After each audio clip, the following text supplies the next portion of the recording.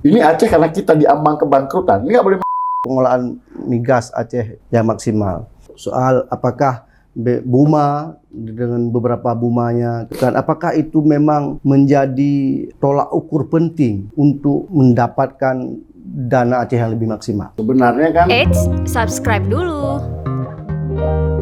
3 hari yang lalu kita semua masyarakat Aceh menyaksikan debat publik kandidat gubernur dan wakil gubernur Aceh yang sudah kita saksikan bersama-sama. Ini debat kedua. Sebelumnya memang di debat pertama itu sudah ada pembahasan tentang syariat Islam, tentang pendidikan, tentang bagaimana komitmen pasangan calon gubernur dan wakil gubernur, tentang apa yang dihadapi Aceh saat ini seperti kekerasan terhadap perempuan dan anak dan bagaimana solusi-solusinya. Nah, di debat kedua KIP ataupun panitia bersama IO sudah menyepakati bahwa isunya itu tentang kesejahteraan, peningkatan kesejahteraan masyarakat dan pelayanan publik. Nah, dari kacamata Om Bustami Hamzah dan Syekh Fadil sebagai calon gubernur dan wakil gubernur dalam debat kemarin yang semua kita saksikan, itu agenda debat itu fokus pada 6 ruang lingkup. Yang pertama ada isu tentang bagaimana mensejahterakan masyarakat dan pelayanan terhadap masyarakat. Ini dibagi 2 subtema dan menjadi 6 ruang lingkup. Ruang lingkup pertama yang dijelaskan oleh pasangan kami, Bustami Hamzah Syekh Fadil pada saat itu adalah menyangkut soal optimalisasi pendapatan Aceh. Ini menjadi concern-nya beliau di dalam persoalan ini karena beliau memahami bahwa IMF, International Monetary Fund, itu memproyeksikan bahwa kondisi keuangan nasional dan global akan stagnan di angka 5,1%. Nah, ini pasti akan berimbas ke Aceh. Nah, bagaimana kita Aceh menghadapi fiskal kita yang saat ini kurang? Ya, kita tahu semua sumber keuangan Aceh saat ini adalah dana transfer otsus. Nah, ini memang yang menjadi kekhawatiran Ombus sebenarnya dan harusnya menjadi kekhawatiran kita semua karena kondisi Aceh hari ini itu boleh dikatakan kita masuk dalam fase darurat fiskal di soal keuangan kita yang 1%, tinggal 1% transfer dana transfer otsus. Nah, ditambah lagi dengan persoalan bahwa ada proyeksi IMF, International Monetary Fund, yang mengatakan bahwa kondisi keuangan global dan juga nasional ini stagnan di angka 5,1% dan ini pasti mempengaruhi kondisi keuangan Aceh. Nah, apa yang harus dilakukan dalam melakukan optimalisasi pendapatan Aceh? Ombus dan Syekh Fadil sepakat bahwa salah satu sektor selain memperkuat sektor pertanian, hilirisasi pertanian karena sektor pertanian itu menghasilkan 30% dari PDRB Aceh. Selain dari sektor itu adalah sektor bagaimana kemandirian ekonomi Aceh dengan fokus terhadap pengelolaan migas Aceh yang maksimal. Bagaimana mengoptimalisasi badan usaha milik Aceh, Buma yang sudah ada di Aceh ini, ada PEMA segala macam. Bagaimana Buma bisa melakukan optimalisasi terhadap sumber migas yang ada di Aceh. Tentu ini bukan satu-satunya upaya, tapi ini bagian dari ikhtiar politik Om Bustami dan Syekh Fadil dalam konteks menyelamatkan fiskal Aceh yang memang saat ini kami menyebutkan kami di tim Ombus ini menyebutkan Aceh ini ada 3 darurat saat ini. Pertama kita darurat fiskal, yang kedua darurat narkoba, ketiga darurat kekerasan terhadap perempuan dan anak. Ini menjadi concern yang sangat serius dari Om Bustami dan Syekh Fadil dalam konteks isu darurat fiskal di Aceh. Di debat kedua beberapa malam yang lalu, Ombus dan Syekh Fadil menyampaikan gagasan-gagasan tentang bagaimana kita melakukan pengelolaan migas dan Aceh, mengoptimalisasikan badan-badan usaha milik Aceh untuk bisa concern terhadap pengelolaan migas yang maksimal karena diyakini ini bisa menambah ruang fiskal baru bagi Aceh. Selanjutnya di dalam konteks pelayanan publik di Aceh, yang menjadi isu yang sangat besar hari ini adalah soal pelayanan kesehatan, akses pelayanan kesehatan. Aceh punya semua dokter ahli, Aceh punya semua equipment rumah sakit. Yang tidak ada yang kurang saat ini yang menjadi keluhan seluruh masyarakat adalah soal akses terhadap layanan. Rumah sakit umum Zainal Abidin sebagai rumah sakit rujukan terbesar di Provinsi Aceh sudah tidak mampu lagi, sudah overload dalam melayani akses masyarakat. IGD kita sempit dan ini juga menjadi concern bagaimana pertama kita itu bukan membesarkan rumah sakit atau meminimalisir orang. Bagaimana kita meminimalisir masyarakat Aceh itu ke Banda Aceh. Bukan hanya persoalan tentang waktu dan jarak, tapi ini juga persoalan ekonomi. Ketika keluarga pasien mendampingi pasiennya ke Banda Aceh, ini kan juga persoalan keuangan, ada persoalan ekonomi, ada persoalan cost juga di situ. Jadi apa yang ditawarkan oleh pasangan Om Bustami dan Syekh Fadil adalah pertama, memperkuat puskesmas. Om Bustami dan Syekh Fadil ini percaya bahwa puskesmas adalah ujung tombak dari pelayanan kesehatan rakyat, pelayanan kesehatan masyarakat. Yang kedua, programnya adalah bagaimana kepemimpinan Om Bus dan Syekh Fadil ke depan harus mencari formula untuk berkolaborasi dengan pemerintah kabupaten kota dalam konteks memperkuat RSUD.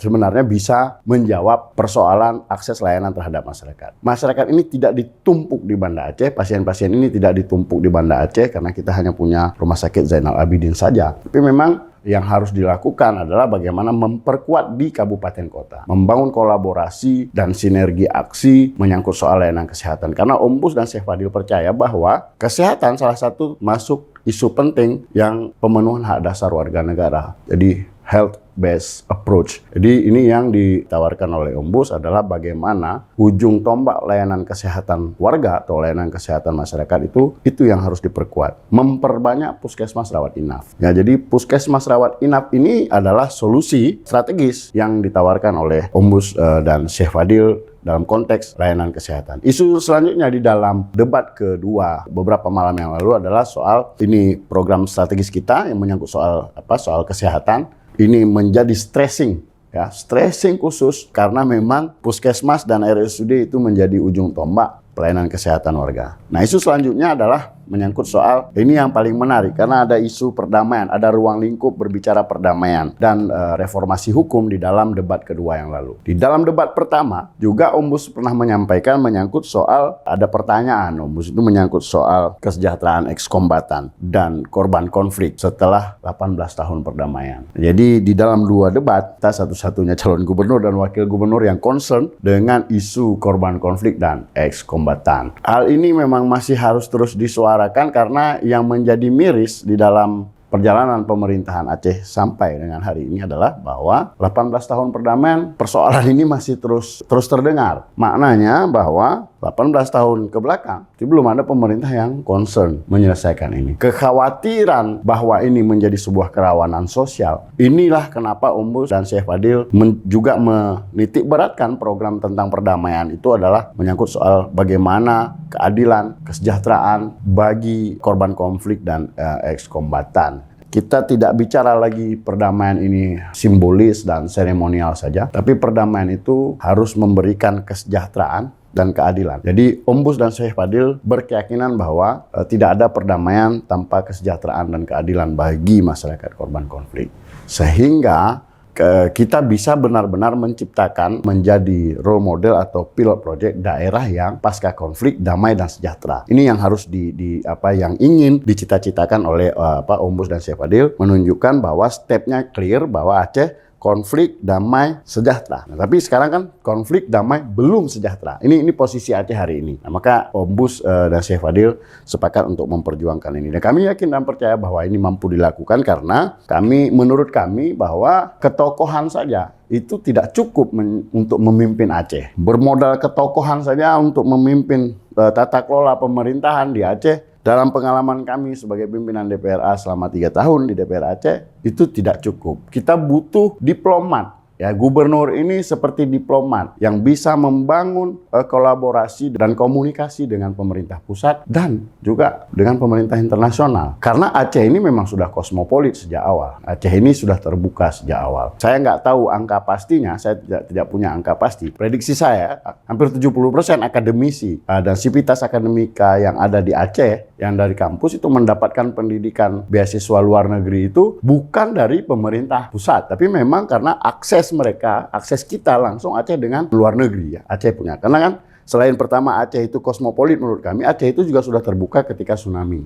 Kan jadi proses rehab rekon itu membuka Aceh dengan dunia. Jadi akses kita terhadap dunia luar ini yang harus dilanjutkan. Jadi kita mencari pemimpin ke depan bukan hanya bicara soal ketokohannya saja, tapi juga kita bicara soal kapasitasnya dalam membangun relasi ini. Dan kami yakin dan percaya Ombus punya kapasitas dalam melakukan penguatan Aceh dengan Jakarta menyangkut soal anggaran, paham tata kelola pemerintahan, kepemimpinan seperti ini yang dibutuhkan oleh masyarakat korban konflik dan tentunya ekskombatan, sehingga tahapan kita itu sampai ke terminal tujuan kita, yaitu konflik, damai, sejahtera. Hari ini kita hanya konflik, damai, tapi belum sejahtera. Ini kenapa Ombus meng-highlight isu menyangkut soal bagaimana kesejahteraan masyarakat korban. Bukan ingin mendikotomi masyarakat, tapi juga karena ini persoalan bahwa ada klaim Otsus ini berasal dari persoalan perdamaian. Nah kan zalim kita ketika Otsus sudah sempat berkurang, tapi korban konflik dan ekskombatan belum mendapatkan kesejahteraan. Nah terakhir isu yang di-highlight di dalam debat kedua yang lalu adalah menyangkut soal Satu Data Aceh. Satu Data Aceh ini adalah bagaimana memusatkan database pemerintahan Aceh. Karena memang sesuai dengan kanun di 2007 itu ada kanun namanya Sistem Informasi Aceh Terpadu. SIAT. Cita-citanya Satu Data ini adalah bagaimana pemerintah ini memiliki data bahwa contoh di Senudun ada berapa rumah duafa yang masyarakat yang membutuhkan rumah duafa.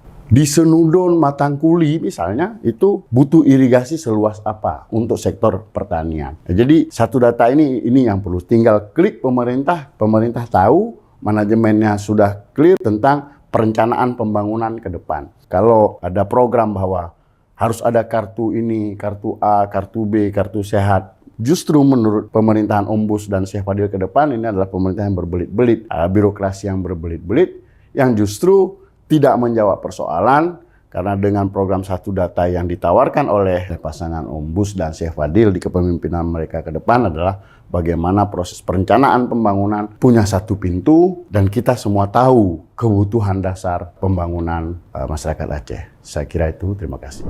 Bang Hendra, makasih paparannya, kehadirannya juga di Sago TV. Dan jadi presentasi tadi menandakan bahwa Bang Hendra sebagai bagian daripada tim juru bicara relawan Ombus Syekh Fadil. Jadi ini kesempatan bagi kami juga. Tadi Abang sudah paparkan beberapa poin menyangkut dengan hasil debat kedua. Dan ke depan kami juga berusaha untuk mengundang tim Paslon 2 juga. Kalau ini Paslon 1, ke depan harus hadir Paslon 2. Jadi betul-betul jadi ruang edukasi. Mahendra, tadi Abang setelah presentasi saya tertarik soal ini Bang, soal pengolahan migas Aceh yang maksimal. Tadi Abang sebutkan soal apakah Buma dengan beberapa Bumanya, kemudian hal lain juga tadi Abang sebutkan, apakah itu memang menjadi tolak ukur penting untuk mendapatkan dana Aceh yang lebih maksimal? Iya, sebenarnya kan yang ingin disampaikan, pesan yang ingin disampaikan adalah bagaimana kita membangun kemandirian ekonomi Aceh. Karena kita sekarang masuk di dalam kondisi darurat fiskal, ya kan? Karena kan penerimaan kita itu mayoritasnya kan dana transfer Otsus. Nah sekarang pun kita sudah mulai terasa karena sampai 3 tahun ke depan kita hanya terima 1% dari setara DAU nasional. Sebenarnya ada upaya selain upaya politik ya. Upaya politik ini adalah bagaimana kita mengikuti jejak Papua, yaitu melakukan lobby-lobby. Dan saya yakin ya kalau kita bersatu, ya masyarakat Aceh bersatu itu mungkin bisa terjadi. Tapi kan lagi-lagi ini persoalan politik. Lagi-lagi persoalannya adalah ini keputusan politik di Jakarta. Nah, sekarang Ombus dan Syekh Fadil itu berpikir kita cari alternatif yang kita dulu, yang apa yang dimiliki Aceh, yang harus kita gali, potensi apa yang ada di Aceh. Karena kalau kita terus berharap dengan Otsus, walaupun itu memang harus kita kejar, ya. Tapi kalau dengan proyeksi IMF menurut Ombus dan Syekh Fadil, ada proyeksi IMF yang bahwa di 2024 sampai 2029 ke depan itu keuangan nasional maupun global itu stagnan di angka 5,1%, Ombus punya kekhawatiran bahwa memperpanjang otsus pun itu nggak solusi gitu loh bagi kebutuhan fiskal di Aceh. Nah, maka Ombus mengidentifikasikan, Ombus dan Syed Fadil mengidentifikasikan pertama, di debat pertama kita sudah bicara bahwa bagaimana memperkuat dan mengoptimalisasi sektor pertanian. Nah, sektor pertanian kita itu penyumbang PDRB 30%, makanya lumayan besar. Yang kedua apa? Selanjutnya apa? Terus kemudian, Nah, selanjutnya adalah migas. oke. Karena kita punya potensi itu. Nah, bagaimana menggali itu, mengoptimalisasikan itu dengan mendorong badan usaha milik Aceh agar terus bekerja semaksimal mungkin menggali potensi yang ada. Ada nggak misalnya data atau informasi bahwa dana migas ini pada satu sisi penting, tapi pada sisi lain itu peruntukannya tidak ada semacam blueprint tata kelola pengelolaan migas. Apakah tim Ombus sudah melihat itu ada atau tidak ada? Enggak, sekarang menyangkut soal blueprint tata kelola migas Aceh kan dari pemerintahan sebelumnya emang nggak pernah dibuat. Ya. Nah, maka saya menarik dengan gagasan dan pemikiran Ombus dan Syed Fadil bahwa ini kita mau optimalisasi pendapatan Aceh ini gimana caranya? Oke. Ya, kita skip dulu otsus. Otsus ini kita skip dulu, kita keep dulu dia. Bahwa ini ada persoalan politik. Karena itu harus lobby. Ya, ada persoalan politik. Ini yang non politiknya apa? Yang dari draw ke draw dari Aceh sendiri. Pertama selain sektor pertanian, ya kita sektor migas. Mau tidak mau, suka tidak suka, Aceh sudah harus membuat blueprint tentang pengelolaan migas Aceh. Jadi blueprint untuk ke depan Ombus Syed Fadil sudah mulai menggagas. Kita sudah mempersiapkan. Karena kan belajar dari pengalaman, ya. Masuk agen. Ini kan sudah dibahas menyangkut soal migas. Aceh ini sudah dibahas sejak kepemimpinan Pak Irwandi di periode pertama. Betul. Di kepemimpinan Pak Irwandi Yusuf di periode pertama kita sudah bicara investor, kita sudah bicara investasi. Aceh ini sudah duluan maju. Padahal bicara migas kemudian kan bicara kondusivitas juga ya. Ya. Bisa bicara efisiensi dan seterusnya. Ya. Tapi artinya tim Ombus sudah menyiapkan blueprint itu. Sudah, Ombus sudah sangat siap dengan itu. Karena memang kami juga kaget juga beliau lebih move forward menyangkut soal ini karena beliau paham betul soal keuangan, soal kondisi fiskal ini. Menurut saya beliau adalah satu-satunya orang di Aceh hari ini yang sangat khawatir dengan kondisi keuangan kita. Karena kita ini diambang kebangkrutan, menurut beliau. Aceh ini diambang kebangkrutan. Karena ekonomi kita selama ini konsumtif, kita nggak produktif. Nah, ini juga pengalaman saya selama di DPRA, kita melihat itu. Ekonomi kita konsumtif, nggak produktif sama sekali. Karena Aceh diambang kebangkrutan. Aceh diambang kebangkrutan. Tapi kemudian kalau kita lihat juga tata kelola keuangan Aceh itu sepertinya lebih banyak habisnya untuk operasional birokrasi atau gimana? Pengalaman Hendra juga? Pengalaman enggak juga lah. Kalau untuk habis di birokrasi juga enggak menurut saya. Tapi memang dengan kita harus berhemat ya, kita harus optimal kan, harus mengoptimalisasi. Ada kebocoran di sana sini itu pasti. Nah, ini yang harus terus kita perbaiki karena memang kalau dibilang bahwa lebih banyak kepada operasional tata kelola pemerintah, saya kira enggak juga. Cuman memang persoalan kita, nah ini ada satu lagi persoalan, ini pengalaman saya. Nah, ini yang saya diskusi juga sama Ombus dan Syed Fadil. Selama ini, pertama nih ya, Aceh ini ekonominya konsumtif, nggak produktif. Itu satu soal. Soal kedua, menyangkut soal pembangunan adalah kita tidak terintegrasi pembangunan kita. Provinsi ke timur, yang pakai APBA, APBK-nya ke barat, ya kan? APBN-nya ke selatan, dana desanya ke utara. Jadi nggak pernah ketemu Nggak ketemu. Nah, ini juga jadi satu persoalan. Nah, kalau dibilang misalnya Aceh termiskin di Sumatera, misalnya, nggak boleh dong, menurut saya. Jadi termasuk mengerti kemiskinan termasuk dengan dana migas juga, pengelolaan migas juga. Ya. No, kalau Ombus bilang, Kiban cara tak bangun kemandirian fiskal Aceh. Oke. Ini baru menjawab semua persoalan. Semua persoalan. Oke. Karena kan sekarang banyak bicara menyangkut soal, syariat Islam sudah lama diterapkan di Aceh, tapi angka kriminalitas masih tinggi. Ayo kita pelajari persoalannya, kata Ombus. Ombus tanya, apa persoalannya kalau angka kriminalitas? Angka persoalannya itu adalah soal ekonomi. Ya. Kekerasan dalam rumah tangga kita tarik lagi. Persoalannya ekonomi. Kekerasan narkoba. Tarik lagi, nah ekonomi lagi masalahnya. Maka Ombus menurut saya adalah pilihan tepat hari ini. Karena apa? Kan dia mengerti persoalan. Saya bilang, ini Aceh karena kita diambang kebangkrutan, ini nggak boleh main-main, nggak boleh coba-coba gitu loh. Ada cilik nanti kok. Ini jangan. Karena kita ini lagi diambang, lagi serius ini, nggak main-main ini pemimpin ke depan. Nah, nggak cukup dengan ketokohan saja, nggak cukup.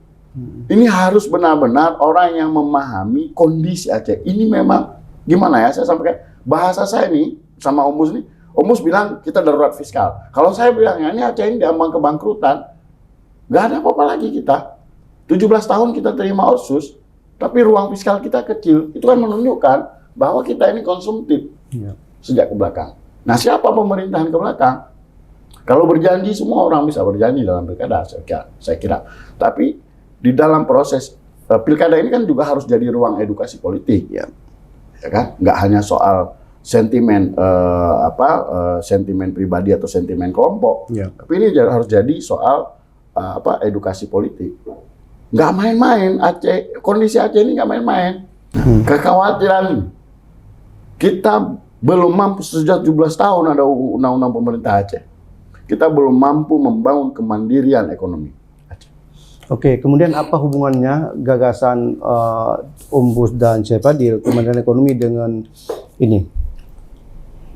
Ya, ini juga jadi diskusi yang sangat serius di tim kami ya pada saat mempersiapkan debat kedua yang lalu. Ya. Ini tiba-tiba ada isu perdamaian dari KIP. Jadi ya kita lihat akar persoalannya apa. Dan ini masuk di dalam rancangan teknokratis RPJM Aceh. Bahwa memang ini jadi persoalan. Ya, jadi perdamaian versi menurut kami, menurut Ombus dan Syekh Fadil saat ini, kami di kubu Ombus dan Syekh Fadil, perdamaian ini belum melahirkan kesejahteraan dan keadilan.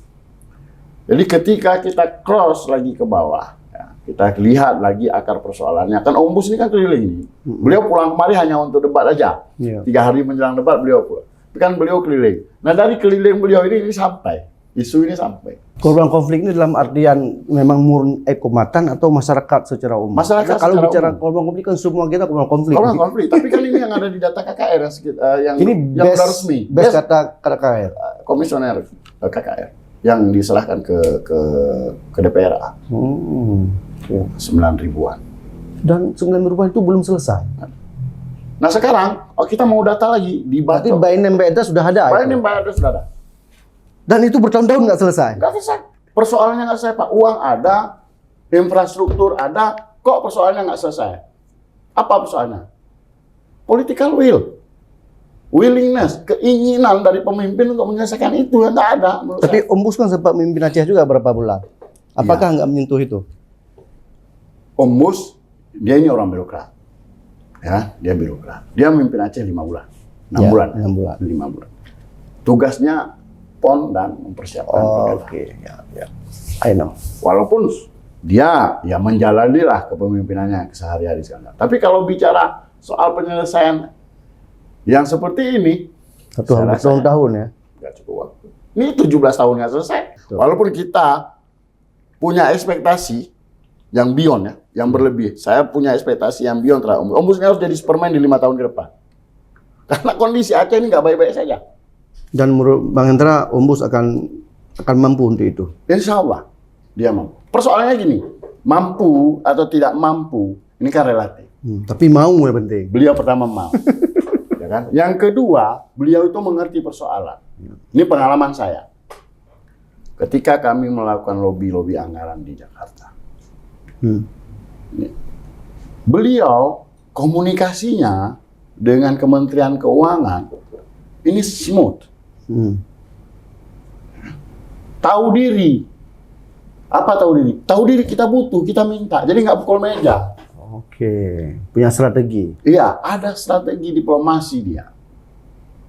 Dan ketika minta, dia tahu di mana yang harus diminta. Pak, yang pos anggaran itu aja boleh nggak Pak digeser ke Aceh? Jadi orang nggak bisa ngelak karena dia tahu di situ ada uang. Mami yang tanya udah begah aja. Bagaimana lah? Kalau kita mau berdiplomasi tapi kita berkomunikasi aja susah. Gimana kan? Kalau saya mau bilang ini kita clear aja. Kalau sudah terbuka, kalau saya nanti pemenangan Ombus dan di sebelah sana ada Mualim dan Devan, ya kan? Kalau saya Mualim, saya pun harus berjuang untuk Ombus. Kalau saya cinta Aceh gitu, ini persoalannya. Bahwa Mualim seorang tokoh clear, nggak ada perdebatan. Tapi Aceh hari ini butuh pemimpin yang mengerti benar persoalan. Yang memahami benar persoalan. Apa persoalan kita? Persoalan kita keuangan, persoalan kita fiskal. Persoalan kita fiskal. Bank Aceh kalau nggak kita injeksi 1 triliun lagi dia jadi BPR mustaqim. Hah? Makanya ini bukan main-main. Kondisi keuangan kita nggak main-main. Terakhir kita baru injek kemarin pada saya pimpinan DPRA itu ada kita injek ada 500 miliar lagi ke bank Aceh. Karena berdasarkan POJK ada peraturan OJK saya lupa nomornya dia harus punya aset sekian triliun. Kalau nggak dia turun grade. Menjadi BPR mustaqim apa segala macam. Ini nggak main-main soal Aceh. Ekonomi kita nggak main-main. Artinya Aceh sudah mulai ada sinyal salah kelola juga. Salah kelola. Aceh salah kelola 18 tahun ke belakang. Nah sekarang 5 tahun ke depan ini Ombus ini cuci piring. Jika rakyat memberikan, beliau cuci piring. Beliau bersihkan, tata kembali. Nah kenapa harus beliau? Karena memang beliau yang ngerti. Itu Pak gelak kepengam, Pak gecok, Pak getarik ke depannya. Itu kelebihan. Dan itu yang dibutuhkan. Dan menurut saya tinggal satu-satunya lagi orang Aceh yang mengerti itu Bustami Hamzah. Itu alasan kenapa saya bergabung dengan kubu.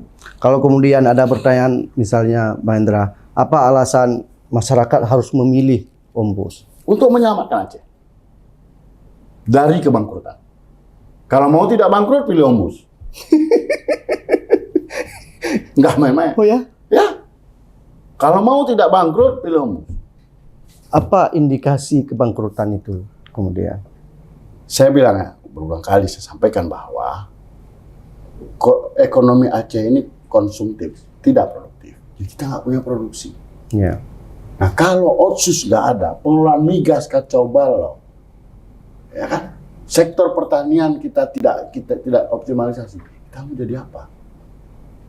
Tapi kemudian Pak Hendra, kalau kita lihat PAD, dan ini kan masuk ke PAD semua ini. Kalau kita masuk AD, malah PAD Aceh itu yang dominan itu dari parkir dan pajak Honda. Mana tuh? PAA, pendapatan asli Aceh itu 2 triliun. Itu sumbernya kebanyakan dari? Mayoritas 70% itu dari biaya kendaraan bermotor. Ya, pajak Honda. Pajak. Mobil. Ya. Artinya?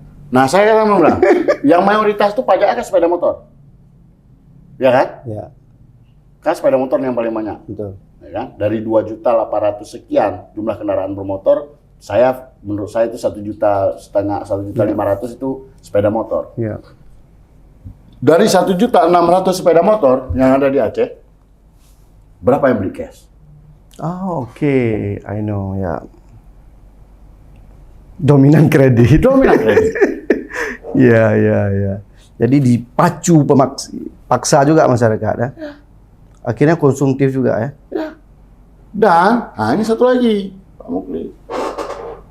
2.800.000 sekian kendaraan bermotor yang bayar pajaknya 800.000. Berarti setelah beli bawa kebun. Ya. Makanya sekarang gak ada pilihan. Pilihan sekarang adalah bagaimana meningkatkan ruang fiskal Aceh agar mampu meningkatkan kesejahteraan Aceh, agar mampu meningkatkan pendapatan Aceh. Kan itu rumusnya. Ya. baru kita nggak bangkrut. Clear Bang Hendra, dan di sini Bang Hendra sama-sama kita berdialog dan mencerahkan, artinya visi misi, program, rencana, strategi dan seterusnya itu bisa kita hadirkan kepada masyarakat Aceh dengan baik, benar, dan masyarakat harus memilih dengan keleluasaannya. Makasih kehadirannya Bang Hendra. Assalamualaikum warahmatullahi wabarakatuh. Baik. Jika video ini bermanfaat untuk Anda, silakan subscribe, like, dan nyalakan loncengnya.